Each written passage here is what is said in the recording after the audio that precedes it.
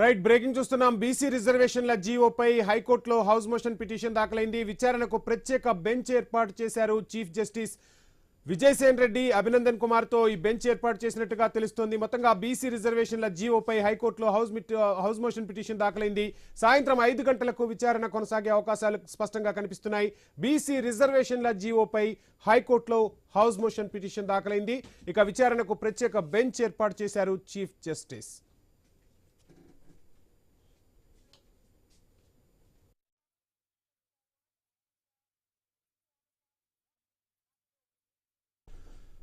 Right, ఇక house motion విచారణకు సంబంధించి ప్రత్యేక బెంచ్ ఏర్పాటు చేసినట్టుగా తెలుస్తుంది. దీనికి సంబంధించి ఫుల్ డీటెయిల్స్ మా ప్రతినిధి స్వామి అందిస్తారు. స్వామి,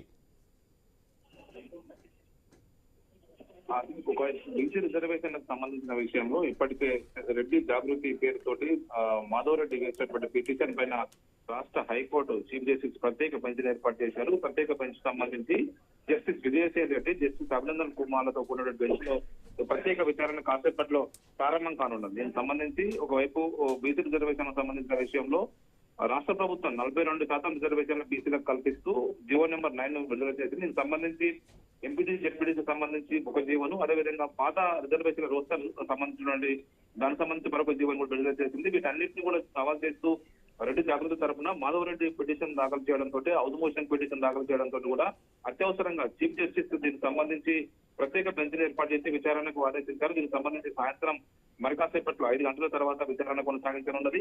ఒకవైపు ఈ జీవోలకు సంబంధించి రాజ్యాంగబద్ధత, రాజ్యాంగంలో ఉన్నటువంటి 50% సీలింగ్ ను దాటి రాష్ట్ర ప్రభుత్వం 69% రిజర్వేషన్లను ఇప్పుడు అమలు చేయడం దిశగా ముందుకు వెళ్తుంది.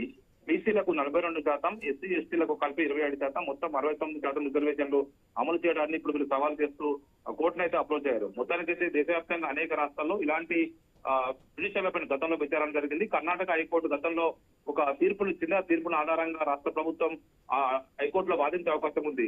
బీసీలకు ప్రత్యేక రిజర్వేషన్ ఇవ్వాలంటే రాజ్యాంగ సవరణ వైపు 73-74 ప్రకారం రాష్ట్రాలకు హక్కులు అలాంటి ప్రత్యేకంగా లేనప్పటికీ కూడా బీసీలకు అలాంటి అవకాశం ఇవ్వాలంటే డెడికేటెడ్ కమిషన్ వేసి ప్రత్యేకమైనటువంటి డాటాను సేకరించి ఎంపరికల్ డాటాను స్టడీ చేసి ఆ తర్వాతనే అప్రోచ్ కావాలని చెప్పేసి గతంలో చెప్పినటువంటి విషయాన్ని ఆధారంగా చేసుకొని రాష్ట్ర ప్రభుత్వం ముందుకు పోతుంది. బీసీలకు న్యాయం చేయాలనే ఒకే ఒక ఉద్దేశంతో తెలంగాణలో రేవంత్ రెడ్డి సర్కారు గతంలో కామన్ డిక్లరేషన్ ప్రకారం ఇచ్చిన దాని ప్రకారం బీసీలకు రిజర్వేషన్ ఇస్తా అని చెప్పేసి ఏదైతే రాష్ట్ర అసెంబ్లీలో 2 బిల్లులు ఇప్పటికే ప్రవేశపెట్టారు. బీసీలకు విద్య, ఉద్యోగాల్లో 42% రిజర్వేషన్ ఇచ్చే ఒక చట్టం, మరొకటి బీసీలకు లోకల్ బాడీ ఎలక్షన్స్ లో rural local bodies, urban local bodies రెండింటికి సంబంధించిన విషయంలో 42% రిజర్వేషన్ ఇచ్చేటువంటి మరొక చట్టాన్ని చేసి గవర్నర్ వద్ద పంపారు. అక్కడ అమలుకు నోచుకోలేదు.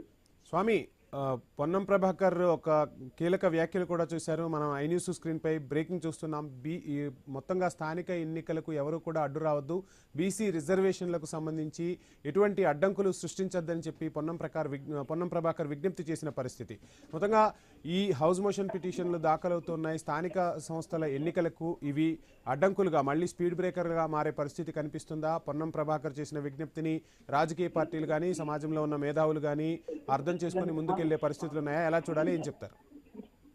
అంటే ఇదే అంశం సంబంధించి ఇప్పటికీ రాష్ట్ర బీసీ వెల్ఫేర్ శాఖ మంత్రి పొన్నం ప్రభాకర్ మాట్లాడుతూ బీసీలకు ఆ నోటికాడుకు వచ్చే ముద్దను ఎవరు కూడా లాక్కోవద్దు, ఎవరు కూడా కేసులు వేసి ఈ రిజర్వేషన్లకు ఇబ్బంది పెట్టొద్దని చెప్పేసి కూడా ఇప్పటికైనా ఓపెన్ గా రిక్వెస్ట్ చేశారు. మరోవైపు బీసీ సంఘాల నేతలు కూడా ఒకవైపు తమకు వచ్చేటువంటి రాజ్యాంగబద్ధమైన హక్కుల వల్ల ఇలాంటి ఎస్సీ ఎస్టీలకు ఎలాంటి అన్యాయం జరగదు, బీసీలకు తమ జనాభా దామాషా ప్రకారం వచ్చేటువంటి రిజర్వేషన్ల విషయంలో ఎవరు కూడా ఇబ్బంది పెట్టొద్దని చెప్పేసి ఓపెన్ గా రిక్వెస్ట్ చేస్తున్నారు. అలాంటి కేసులు ఎవరైనా వేసినా సరే మేము ఖచ్చితంగా వారి మీద చర్యలు తీసుకుంటామని చెప్పేసి ఒకవైపు ఓపెన్ థ్రెట్ అయితే చేస్తూ ఉన్నారు. దీంతో ఒకవైపు రాష్ట్రంలో ఈ రిజర్వేషన్ సంబంధించి ఏం జరుగుతుందని చెప్పేసి కూడా అందరూ కూడా ఆసక్తి ఎదురు చూస్తున్నారు. రాష్ట్ర ప్రభుత్వం చిత్తశుద్ధితోని జీవో ఇచ్చిందా, లేకపోతే ఒకవైపు ఇస్తూనే మరొక వైపు కాంగ్రెస్ పార్టీలకు సంబంధించిన కొద్ది మందిని దీన్ని అడ్డుగా పెట్టుకుని దీన్ని మళ్ళీ అమలు చేయకుండా అడ్డుపడుతున్నారని చర్చ కొనసాగుతుంది. మరోవైపు బీఆర్ఎస్, మరోవైపు బీజేపీ 2 పార్టీలు కూడా ప్రత్యేక చట్టం ద్వారానే దీనికి సంబంధించి రాజ్యాంగంలో చేర్చిన తర్వాతనే దీనికి చట్టబద్ధత వస్తుంది. అలా చేయని పక్షంలో ఇది కేవలం కంటి తుడుపు చేత అవుతుంది మాత్రమే వాళ్ళంతా కూడా ఆరోపణలు చేస్తారు. కాంగ్రెస్ పార్టీకి చిత్తశుద్ధి లేదు. జీవో ద్వారా వెళ్తే ఏ విధంగా సాధ్యమవుతుందని చెప్పేసి కూడా ప్రశ్నిస్తున్నారు. మరోవైపు ఇటు ఆ చట్టాలు రాష్ట్రపతి వద్ద ఒకవైపు పెండింగ్ లో ఉండగానే మరోవైపు ప్రత్యేక జీవో తీసుకొచ్చి వెళ్తే దీనికి లీగల్ గా కాంప్లికేషన్ వస్తాయి. ఆ తర్వాత దీన్ని అమలు చేయలేక కేవలం పార్టీ ద్వారానే 42% ఇవ్వడం కోసమే కాంగ్రెస్ పార్టీ ఇలా చేస్తుందని చెప్పేసి మరొక ఆరోపణ అయితే వస్తుంది. ఇలాంటి నేపథ్యంలో కాంగ్రెస్ పార్టీ మాత్రమే ఖచ్చితంగా ఈ రిజర్వేషన్లతోనే అమలు చేస్తామని చెప్పేసి వాళ్ళు బయటకైతే గట్టిగానే చెప్తున్నారు. Thank you Swamy.